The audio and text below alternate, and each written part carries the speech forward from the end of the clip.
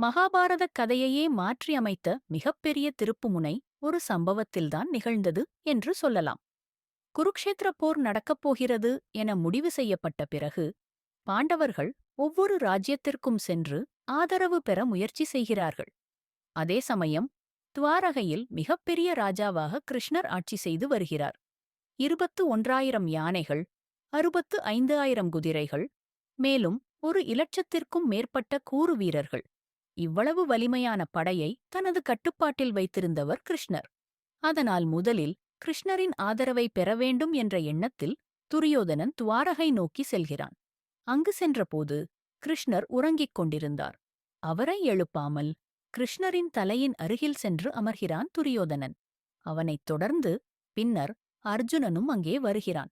பக்தியாலான மனம் கொண்ட அர்ஜுனன் கிருஷ்ணரின் உயரத்தை பார்க்காமல் நேராக அவரின் காலடியில் சென்று பணிவுடன் காத்துக்கொள்கிறான். சில நேரத்தில் கிருஷ்ணருக்கு தூக்கம் கலைந்ததும் இயல்பாகவே அவர் பார்வை முதலில் காலில் நின்றிருந்த அர்ஜுனனை நோக்கி செல்கிறது. கிருஷ்ணர் அர்ஜுனனை வரவேற்றார். பின்னர் துரியோதனனையும் பார்த்தார். இருவரும் போருக்கு தனது ஆதரவை கேட்டுக்கொள்கிறார்கள். ஆனால் இங்குதான் மகாபாரதத்தின் போக்கையே மாற்றிய அதிசயமான திருப்பம் நிகழ்கிறது. கிருஷ்ணர், நான் இருவருக்கும் ஆதரவு தரமாட்டேன். ஆனால் நான் 2 பகுதிகளில் பிரிகிறேன். என் முழு படை ஒரு பக்கம். நான் தனியாக ஆயுதம் எதையும் எடுக்காமல், போரில் கலந்து கொள்ளாமல் மற்றொரு பக்கம். முதலில் அர்ஜுனன், நீ என்ன தேர்ந்தெடுக்கிறாயா அல்லது என் படையையா என்று கேட்கிறார். ஒரு நொடியும் யோசிக்காமல் அர்ஜுனன், எனக்கு படை தேவையில்லை, நீங்கள் என்னுடன் இருக்க வேண்டும் கிருஷ்ணா என்று சொல்கிறான். இது கேட்ட துரியோதனன் உள்ளுக்குள் மகிழ்ந்து, போரிடப் போவதில்லை என்று சொல்லும் ஒரே மனிதரை வைத்து என்ன பயன்? எனக்கு படையே வேண்டும் என்று கிருஷ்ணரின் பெரிய படையை தேர்ந்தெடுக்கிறான். இந்த ஒரே ஒரு முடிவு, இந்த ஒரே ஒரு தேர்வு மொத்த மகாபாரதப் போரின் முடிவையே மாற்றி அமைத்துவிட்டது. ஏனெனில் துரியோதனன் தேர்ந்தெடுத்தது பொருள், ஆனால் அர்ஜுனன் தேர்ந்தெடுத்தது பரம்பொருள். சக்திக்கும் மேலான சக்தி, படைக்கும் மேலான ஆதாரம், கடவுளின் அனுகிரகம். இதேபோல் நம்முடைய வாழ்க்கையிலும் எத்தனை கடினமான சூழ்நிலைகள் வந்தாலும் நம்பிக்கையை மட்டும் இழக்கக்கூடாது. கடவுளின் பக்கம் நின்று அவரின் வழியைத் தேர்ந்தெடுத்தால் இழந்தது அனைத்தும் ஒரு நாள் நம்மைத் தேடி வந்து சேரும்.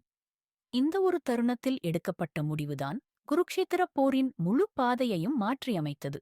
ஆனால் இந்த நிகழ்வின் உண்மையான ஆழத்தைப் புரிந்து கொள்ள கிருஷ்ணரின் மனநிலையையும், அர்ஜுனனின் பக்தியையும், துரியோதனனின் அகங்காரத்தையும் நன்கு அறிய வேண்டும். இந்த காட்சி ஒரு சாதாரண சந்திப்பு அல்ல. இது தர்மமும் அதர்மமும் நேருக்கு நேர் நின்ற மிக முக்கியமான தருணம். அந்த நிமிடத்தில் அர்ஜுனன் கிருஷ்ணரை தேர்ந்தெடுத்தது ஒரு யுத்த நாயகனை தேர்ந்தெடுத்தது அல்ல. அது நம்பிக்கையை தேர்ந்தெடுத்தது, கடவுளின் சந்நிதியை தேர்ந்தெடுத்தது. என்னுடன் கடவுள் இருக்கிறார் என்ற எண்ணம் ஒரு வீரனின் மார்பில் உருவாக்கும் துணிவு எந்த ஆயுதத்தாலும் உருவாக முடியாது. இந்த உண்மையை அர்ஜுனன் முழுமையாக உணர்ந்தான். ஆனால் துரியோதனன், அவனுக்கு கண்முன்னே இருந்தது படை, குதிரைகள், யானைகள், வீரர்கள். அவனுக்கு பொருள்தான் முக்கியம். என் பக்கத்தில் பெரிய படை இருந்தால் நிச்சயம் வெற்றி என்னுடையதே என்ற அகங்காரம். அகங்காரம் கொண்டவர்களுக்கு உண்மையைக் காணும் திறன் அரிது.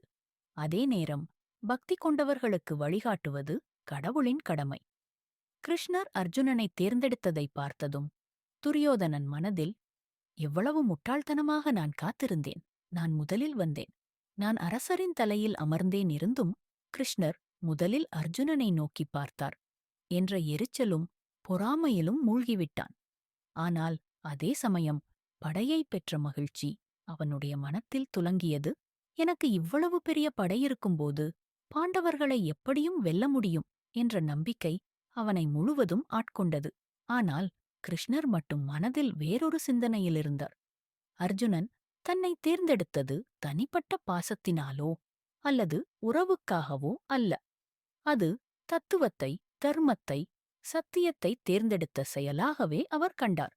இதுவே இறுதியில் யுத்தத்தின் முடிவை தீர்மானிக்கும் மிக முக்கிய காரணம்.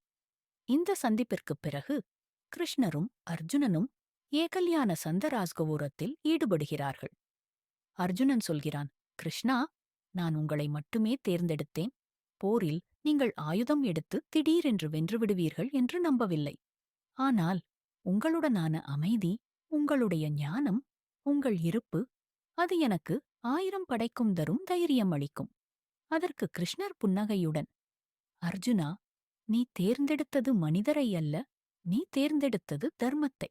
நீ தர்மத்தின் பக்கம் நின்றால் தர்மமே உன்னை காப்பாற்றும் என்று சொல்கிறார்.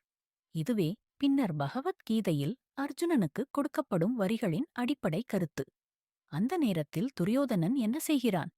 துவாரகையிலிருந்து புறப்பட்டவுடன் தனது அமைச்சர் கர்ணன், சகுனி போன்றோரிடம் பெருமையாக சொல்கிறான், இது யுத்தம் ஆரம்பிக்கும் முன்னரே நான் வெற்றியை பெற்றுவிட்டேன். கிருஷ்ணரின் முழுப்படை என்னுடைய பக்கம். பாண்டவர்கள் என்ன செய்ய முடியும்? ஆனால் இந்த பெருமை அவனது அழிவின் முதல் அடிக்கல்லாக மாறுகிறது.